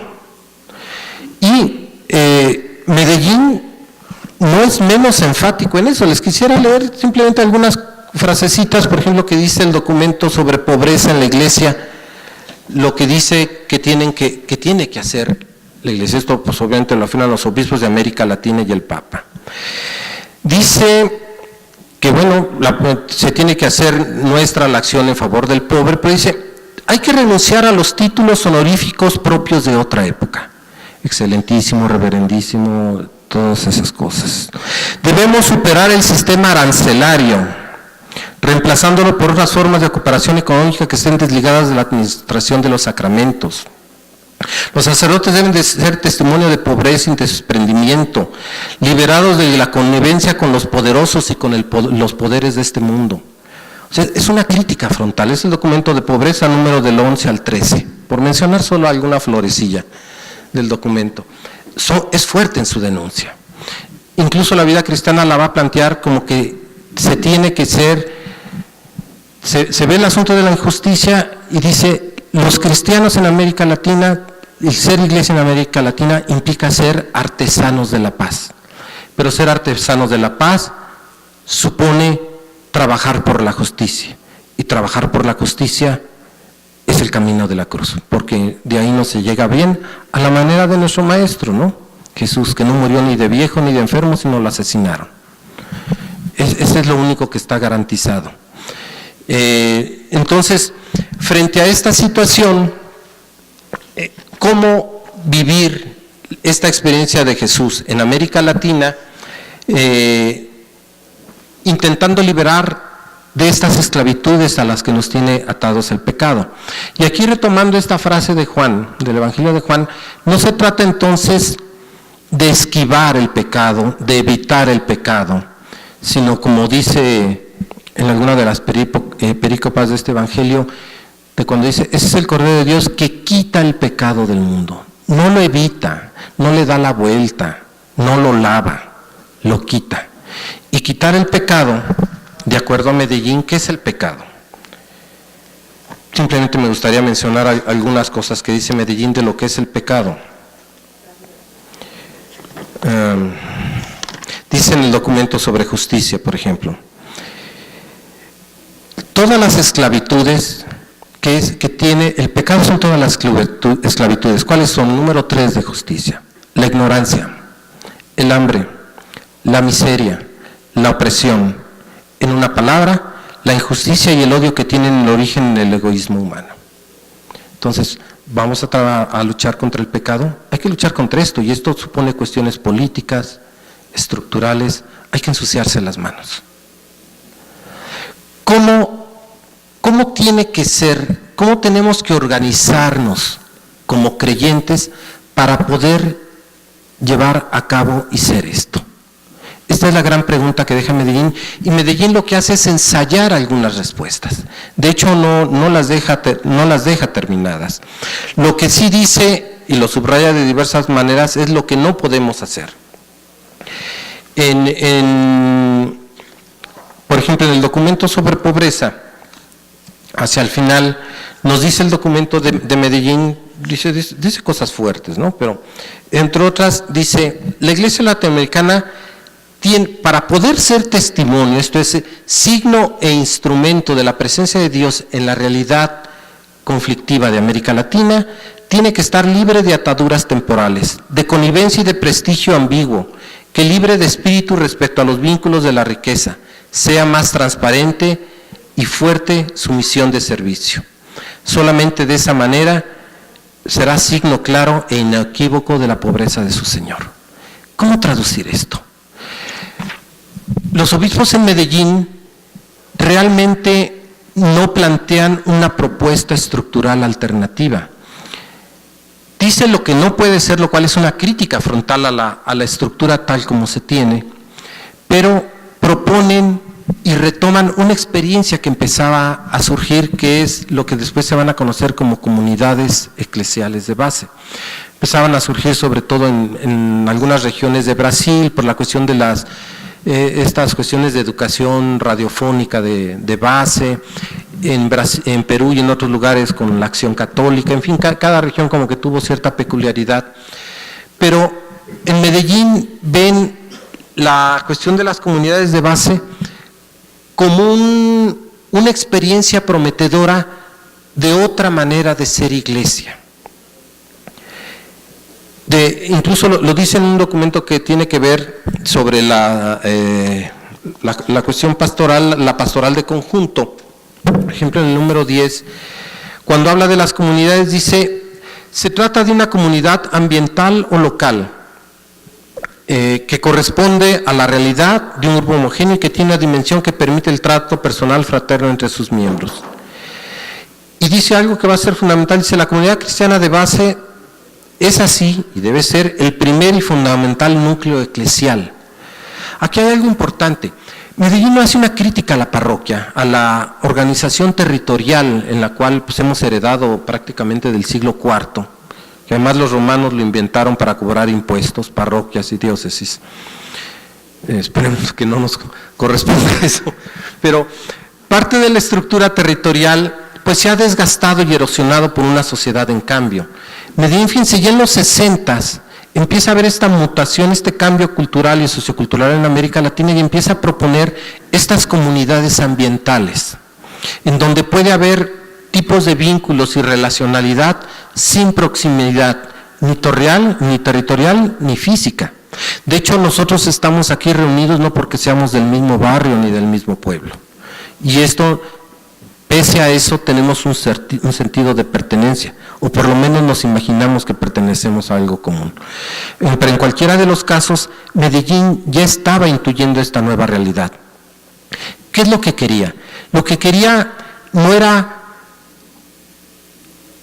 vamos a decirlo como lo acaba de mencionar también bien Dolores, un movimiento nuevo en la iglesia, así como de un lado de la adoración nocturna y la familia cristiana, pues que hay comunidades de base. No, lo que intentaba era cómo rehacemos el tipo de relaciones que se están dando en la iglesia para que realmente pueda ser un signo y señal de la presencia de Dios en la realidad de América Latina. Y lo que hace entonces Medellín es proponer esta vivencia comunitaria retomando esta idea de pueblo de Dios que venía del Concilio Vaticano II. Aquí conviene hacer una anotación porque a veces se llegó a tomar, o a veces de manera interesada o por ignorancia, que era una oposición de esta nueva iglesia con la iglesia institucional. De hecho, por ahí en los 70 se hizo una polémica artificial interesada entre lo que llamaban la iglesia popular y la iglesia institucional. Y pues, como se nos acaba de relatar también hace un rato, en esta nueva manera de ser iglesia estaban involucrados religiosas, religiosos, sacerdotes, obispos, etcétera. O sea, lo que pasa es que esto significaría retomar este espíritu del concilio, que es todos los ministerios y todos los carismas en la iglesia son útiles, son necesarios, son dones de Dios para la edificación de la comunidad. El asunto es cómo podemos organizarlos de manera que esto pueda ser y dar lugar a una vivencia de acuerdo a esta experiencia de pueblo de Dios. Y entonces suponía una reubicación, no una refuncionalización, sino una reubicación de los ministerios y un nuevo papel de los bautizados en la iglesia. Yo creo que esto fue el gran aporte de Medellín y se hizo en una década donde había mucha esperanza. Desafortunadamente, esta experiencia de las comunidades de base, la experiencia del método ver, juzgar y actuar.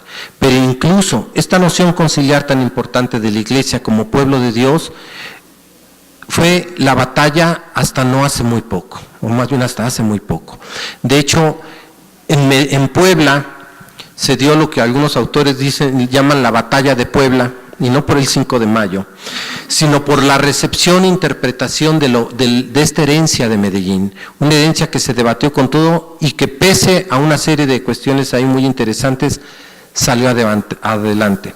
En Santo Domingo el método se abandona, en fin, ha habido una auténtica tensión en este proceso de recepción, pero hay un hecho, con esto quiero encaminarme hacia el final, porque la idea de pueblo de Dios como iglesia es una idea que se vino debilitando. Algunos dicen que el debilitamiento, como el toque así que le dio muerte a este asunto, fue en 1985 con un sínodo que se da donde se hace una revisión del Concilio Vaticano II a los 20 años. Y en ese sínodo, bueno, antes de ese sínodo hay una publicación de una entrevista que le hacen al entonces cardenal Ratzinger, un periodista que se apellidaba Vittorio, si no mal recuerdo, donde dice que esa categoría de pueblo de Dios es muy sociológica, etcétera, es una crítica bastante aguda. Y en el sínodo del 85 se va a decir que el modelo, la propuesta eclesial del Concilio Vaticano II es una eclesiología de comunión, que es una noción muy rica, muy arraigada en la tradición milenaria de la Iglesia, pero que también tal como fue planteada es como para decir, a ver, déjense de hablar de cómo la Iglesia se hace presente, vamos a hablar de Dios, del Espíritu, de lo profundo. Y eso es una distorsión del concilio. Realmente recuperar la idea de pueblo de Dios como lo central del concilio y como una noción, no un título entre otros de la Iglesia, que esto vale la pena apuntarlo. Cuando uno habla de la Iglesia, que es el pueblo de Dios, no es como decir, bueno, la Iglesia también es el cuerpo de Cristo, es el templo del Espíritu, no es una metáfora más, es una especie, le llamaba un teólogo español, Juan Antonio Estrada, un a priori teológico que nos ubica qué es la Iglesia y cómo tenemos que ser. Es de una comunidad de la cual derivan ministerios y carismas, y no que algunos en la Iglesia tengan ministerios y carismas de la cual carece la comunidad. En fin, tiene muchas consecuencias. Pero esto apenas se está resucitando de nuevo porque pues de alguna manera lo ha popularizado en años recientes el Papa Francisco con esa corriente de Argentina que le llaman la teología del pueblo. En fin, hay varias cosas por ahí. Yo creo, intentando cerrar, la cuestión de las comunidades de base fue este ensayo que se propuso para las condiciones adecuadas de América Latina, más o menos de la década de los 60, de los 70, retomando el espíritu del concilio y las condiciones socioeconómicas y culturales de la región. Yo creo que actualmente todo esto requiere una gran revisión. Han pasado muchísimas cosas. Hoy tenemos una situación de desgarramientos prácticamente civilizatorios por los que todos estamos cruzando, que han generado una serie de violencias que están desajustando y desgarrando todos los tejidos sociales.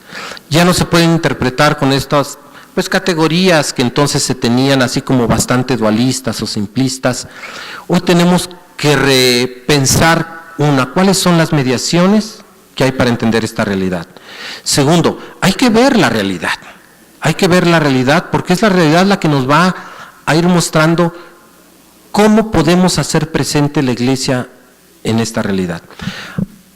Aquí, en esto me viene mucho a la mente un poco la estrategia de Pablo. Recuerden que Pablo fracasó en su estrategia misionera. O sea, la estrategia que Pablo pensó fue un fracaso.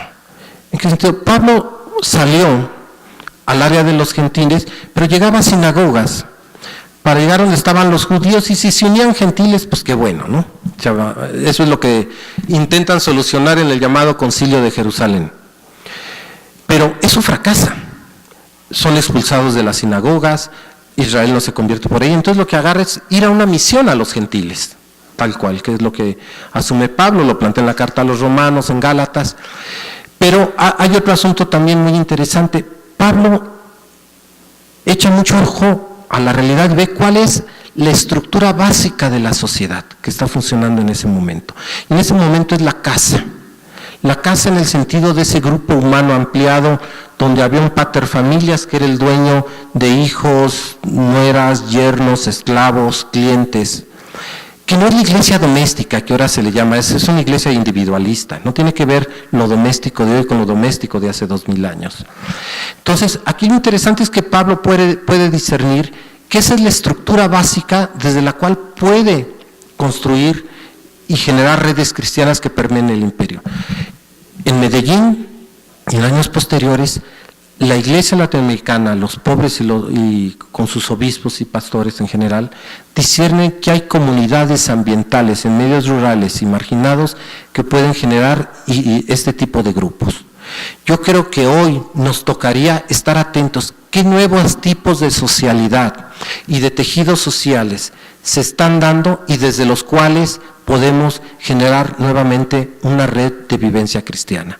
Aquí el problema es que seguimos atados a cosas como del siglo IV. Por ejemplo, la familia es súper importante, no le vamos a bajar ni una rayita, pero no es la célula de la sociedad hoy. Olvídense de eso. Ese es un romanticismo que no se puede probar ni antropológica ni sociológicamente. No es el siglo IV, no es el siglo XIII, lo cual no estoy diciendo que la familia no sea importante, no se vaya a malinterpretar, simplemente que en términos de estructuración social no lo es. Y para eso tenemos diferentes elementos. Fíjense, Pablo no copió la estrategia misionera de Jesús en un mundo rural desarraigado, itinerante, sino que fue al mundo urbano y lo hizo en casas, o sea, fue una fidelidad creativa. Yo creo que a lo que nos invita Medellín es a esta fidelidad creativa en una situación de marginación, de vulnerabilidad y de mucha violencia como la que vivimos en México. Muchas gracias.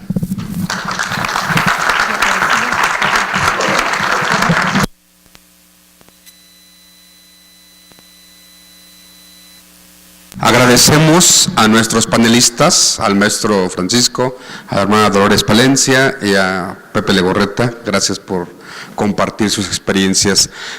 A continuación se están repartiendo las tarjetitas para sus preguntas. Yo quiero aprovechar este espacio para dialogar un poco con nuestros panelistas.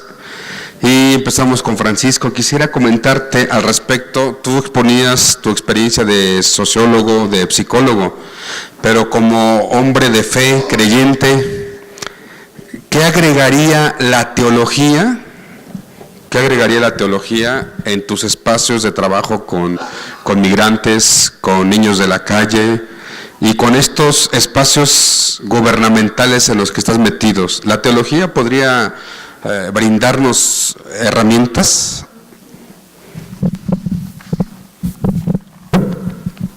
Sí, por supuesto que sí. Yo creo que la mirada teológica pues está en todo, ¿no? Y es un trabajo que también necesitamos ir entendiendo. Le voy a regresar un poco el balón a Jorge, porque en algún momento nos hablabas también de alguna interpretación teológica sobre la violencia y cómo hacer estas lecturas ahora.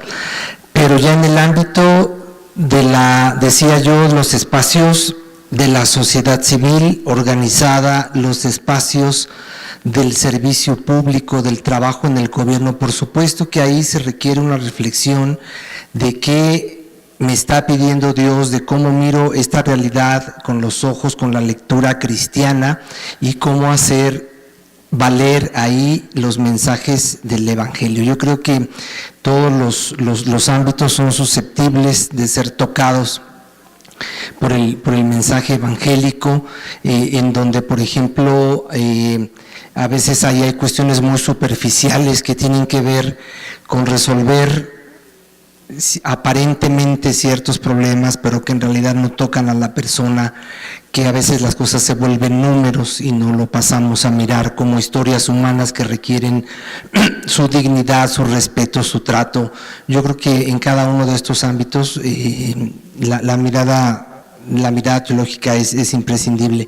Yo sí decía, como laico también, que cuando yo estaba más joven y tuve oportunidad de estar en otros espacios, recuerdo tener más oportunidades de espacios en la iglesia para hablarlo, para ser guiado, para trabajarlo con los laicos, y hoy miro y camino y veo un poco vacío en los espacios para esto. Entonces yo sí creo que nos toca a todos, a lo mejor no los laicos, tenemos solamente que estar esperando que venga de la parte de la jerarquía del clero, conozco varias comunidades de laicos que se reúnen por sí mismos para hablar, para discutir, para crecer en la fe, y yo creo que es también un desafío, pero también pues yo creo que tendríamos que formalizar cada vez más que lanzar a los laicos a un trabajo de misión, de asumir la presencia de Dios en el mundo, sí requiere de un acompañamiento, sí requiere de una formación,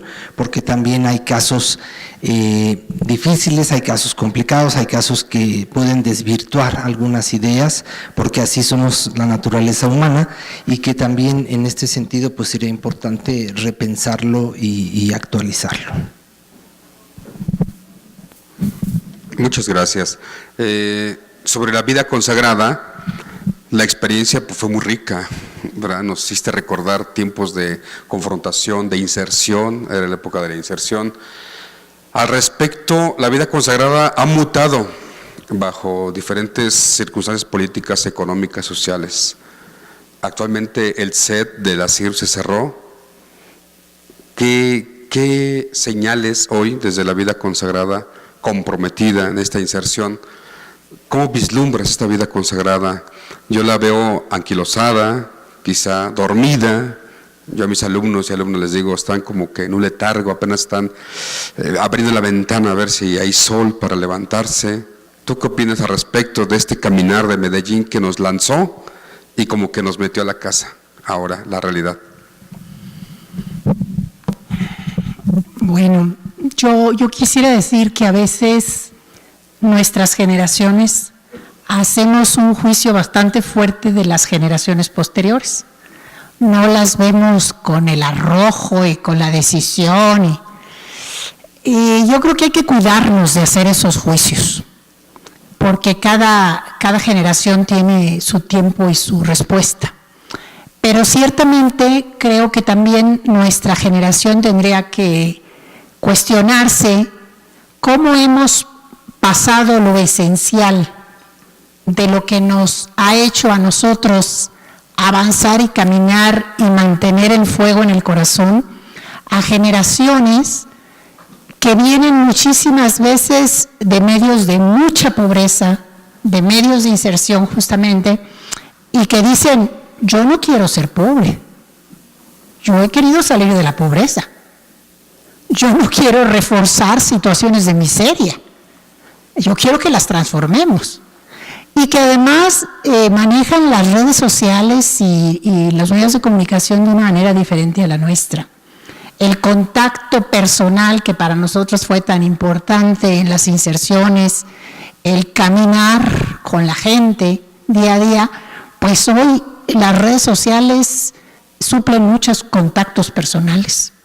Y no hemos encontrado la manera para compartir este fuego y este ardor a las nuevas generaciones.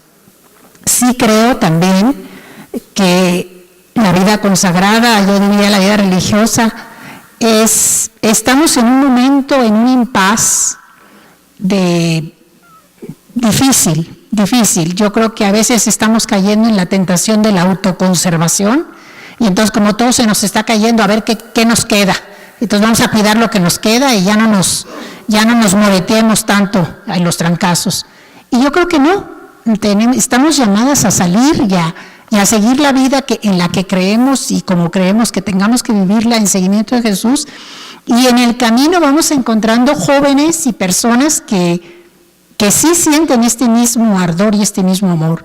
Ahora, yo creo que también la presentación de la persona de Jesús y la relación personal con Él, la relación de un enamoramiento que va más allá, pues es algo que es muy difícil actualmente, porque todo se resquebraja también. Los enamoramientos de los papás se deshicieron y se desbarataron los matrimonios, y ellos van de pareja en pareja muchas veces. Entonces, hablar de una relación personal con Jesucristo es difícil, y presentarla y ayudar a que esto sea vida y que sea lo suficientemente fuerte para que te saque de las crisis y de los momentos oscuros, es difícil. No hemos encontrado los lenguajes.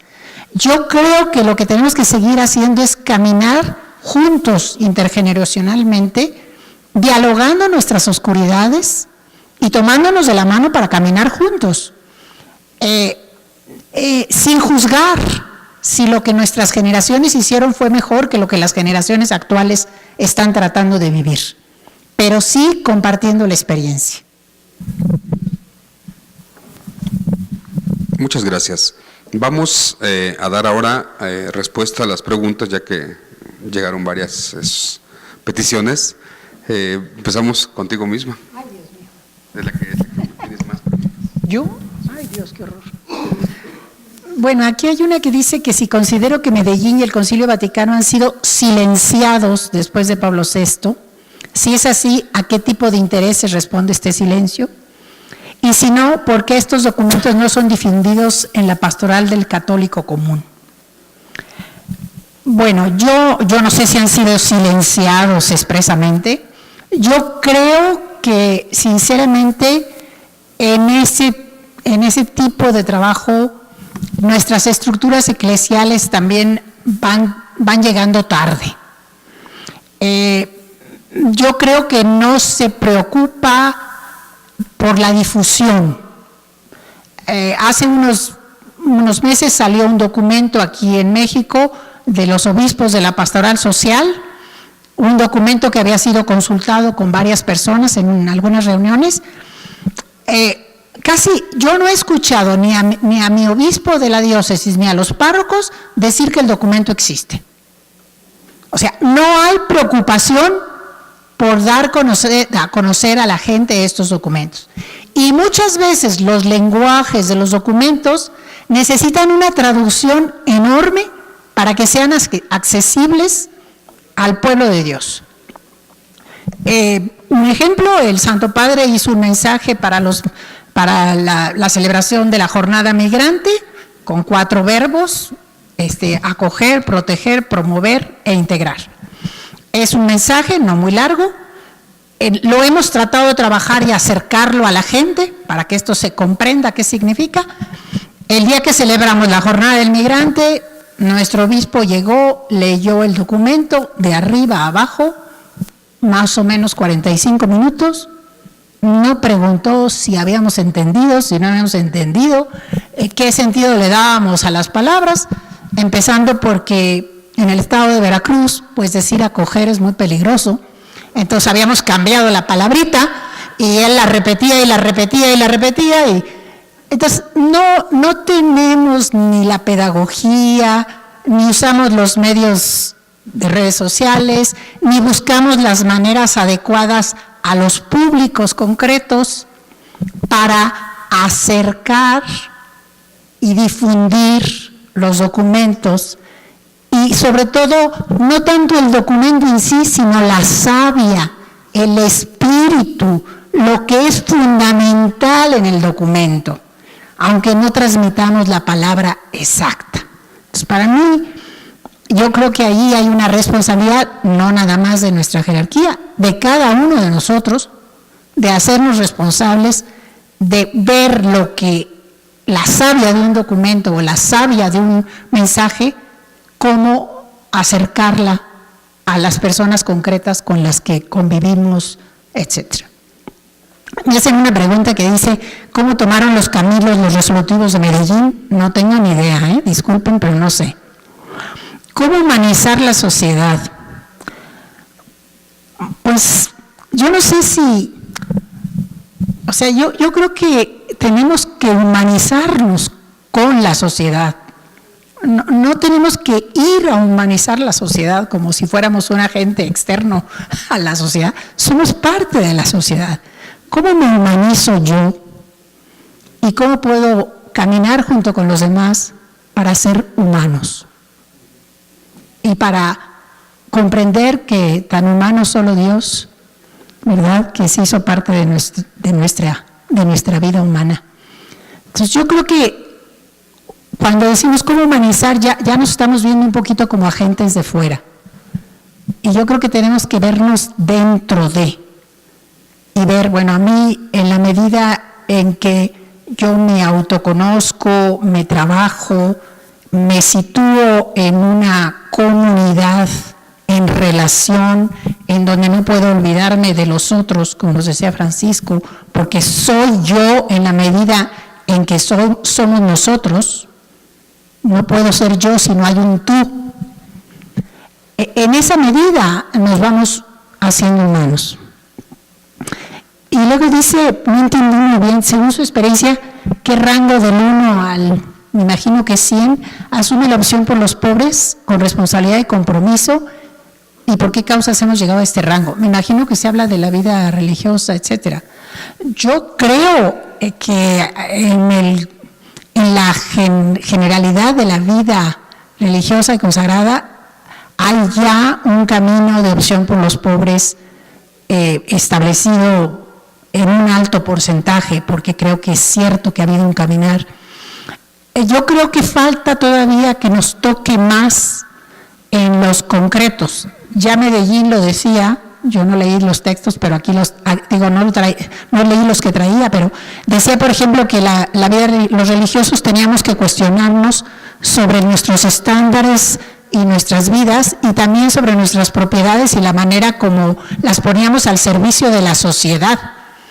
Y el Papa Francisco nos ha invitado a salir de nuestras seguridades y estar desde los pobres, compartiendo todo lo que somos y tenemos. Yo creo que hay un deseo en la vida religiosa y que hay medios que se están poniendo, pero creo que todavía estamos en camino, y que el miedo a la desaparición y la tentación de la autoconservación está siendo hoy en día una treta del mal espíritu que tenemos que discernir más en congregación.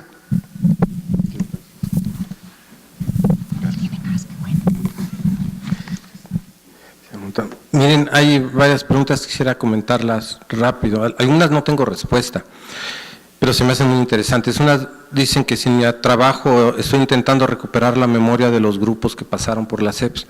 La verdad no estoy haciendo eso, pero la vida no me da.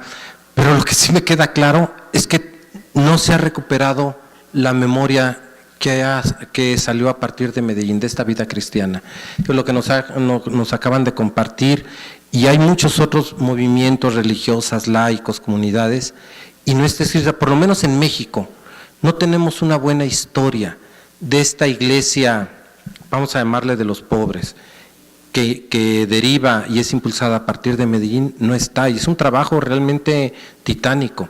Muchos de los testigos presenciales, unos ya han muerto, otros ya están muy grandes, se nos están yendo los testigos vivos. Hay mucha papelería suelta, por ejemplo, de comunidades de base, en la central de comunidades de base, en las regionales, tienen mucha documentación, pero a ver quién le mete la mano y ordena eso y lo sistematiza. Ahí hay un trabajo pendiente que pudiera ser muy interesante.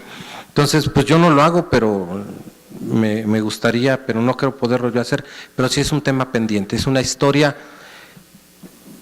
que si se busca no está. Nada más comento una anécdota. Hace algunos años yo trataba de buscar un poco para datos bibliográficos qué pasa sobre la iglesia en México, incluso, bueno, en México en particular, más o menos de los 70s a los 90s. Y hay cositas regadas, fragmentarias, y todo lo relativizan con una facilidad increíble. Algunos sectores de iglesia medio alborotados y ahí que hicieron cosas, pero siempre el Espíritu de Dios rectifica y va. Dice, oye, pasaron tantas cosas. Digo, aquí si Dolores nos pudiera contar mucho de lo mucho que sabe, sería estupendo, pero eso se está perdiendo. Yo creo que ahí hay un asunto importante. Ahora, otra de las cuestiones que plantean es sobre la cuestión de la crítica a la institución y a la cuestión del laicado. Yo creo que tenemos que partir de un asunto. La Iglesia ha ido adoptando y adaptando a lo largo de los siglos diversas formas sociales de hacerse presente. De hecho, yo creo que en gran medida ese es, además, digo, no leído teológicamente, sino parte así se lo viera uno como un analista social, el secreto de la Iglesia como institución ha sido su capacidad de cambio. Podríamos decir desde la fe que la presencia de Dios y la promesa de que estaría con nosotros hasta el fin de los tiempos, también eso se vale y es otra manera de leerlo. Pero también lo que podemos ver en la historia es que nunca ha sido igual, nunca se ha estructurado igual. El problema es que creemos que lo que hemos heredado ha sido eterno y puede ser que tenga 15 minutos. Entonces, yo creo que sí es importante una revisión crítica de la manera como estamos estructurados en la Iglesia, porque sin esto muy difícilmente se da el cambio. Decía un historiador de la teología, Evangelista Vilanova, un monje español, que el Concilio Vaticano II fue un concilio de muchas intuiciones, pero de pocas instituciones. Y eso se aplicaría en parte a Medellín. Yo creo que si la manera como estamos regulados en las relaciones no se cambia, la buena voluntad tanto de laicos como de sacerdotes y demás no puede. Ya al inicio escuchaba las anécdotas que nos platicabas de que llega fulanito y este padre no le gusta la pastoral, como sucedió en la Martín Carrera y en otros lugares aquí en la Ciudad de México. Es que tienen mala voluntad. No, no es cuestión personal, es cuestión estructural, porque el párroco tiene todo el derecho, tiene toda la autoridad en el derecho canónico como pastor de su parroquia y el obispo de su diócesis. Y los laicos no tenemos oficialmente ni voz ni voto. Eso es importante. No tenemos una instancia en la Iglesia que recupere lo que pudiéramos llamarle en términos así más públicos, la opinión pública en la Iglesia.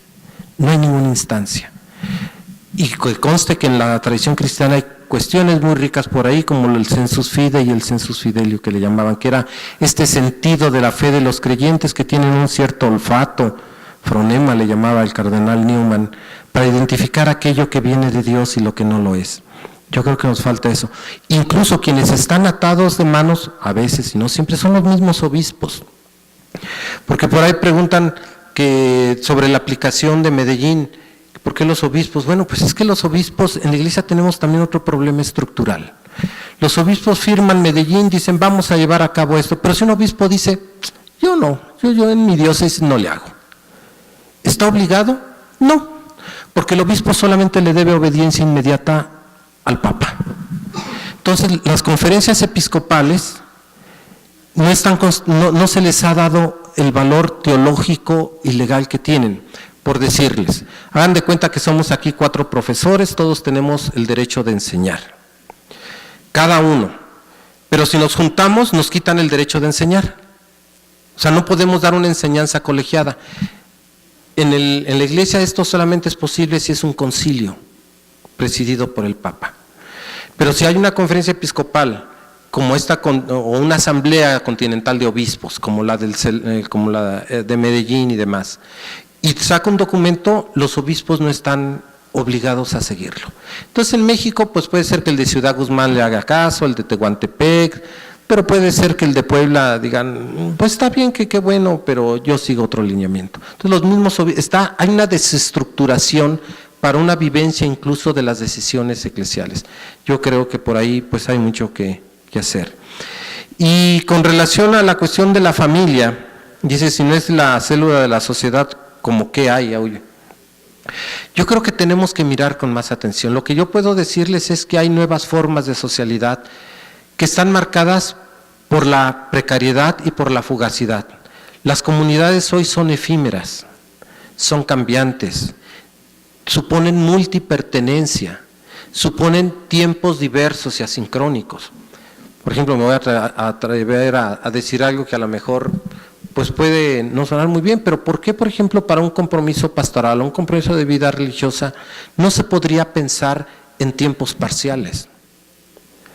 Decía por ahí alguien, un antropólogo, que cuando en el siglo XII alguien decía que tú y yo nos vamos a querer hasta la muerte, o que se hacen votos perpetuos, pues realmente la cosa era relativamente fácil. Actualmente la esperanza de vida en México, ¿en cuánto está? Cerca de 70, 80. En tiempos de don Porfirio Díaz, en 1900, ¿saben cuál era la esperanza de vida?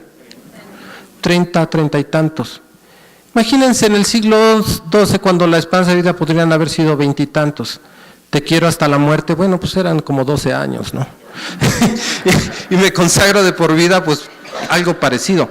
¿Qué pasa con una sociedad que ha alargado la longevidad y que esto supone cambios, unos nuevos horizontes de valores, ¿no podríamos ser creativos en nuevas formas de vivir el cristianismo? A mí se me hace fatal esto que dicen, bueno, es que la iglesia se va a acabar, la vida religiosa se va a acabar.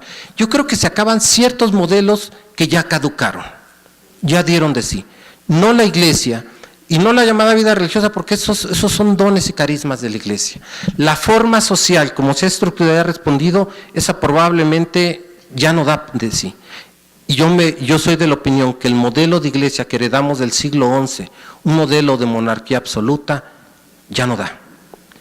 Que dicho sea de paso, cuando mucho tendrá 1000 años. Para nosotros es mucho, para los tiempos de la iglesia no, porque en el primer milenio se organizó de muchas otras maneras. Pues agradecemos nuevamente a nuestros 3 panelistas que nos han compartido su experiencia, su sabiduría en esta tarde, y pues les damos un fuerte aplauso nuevamente para reconocer su trabajo.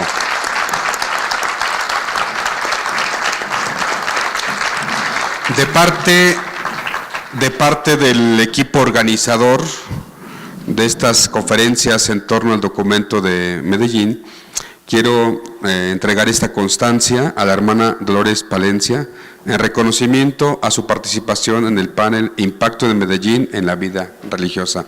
Muchas gracias. Sí, con gusto. De igual manera, hacemos reconocimiento al doctor José de Jesús Legorreta Cepeda en reconocimiento a su participación en el panel Impacto de Medellín en las comunidades eclesiales de base. Muchas gracias, Pepe. Muchas gracias. Y finalmente hacemos entrega del reconocimiento al maestro Francisco Castellanos García en reconocimiento a su participación en el panel Impacto de Medellín en los laicos. Muchas gracias.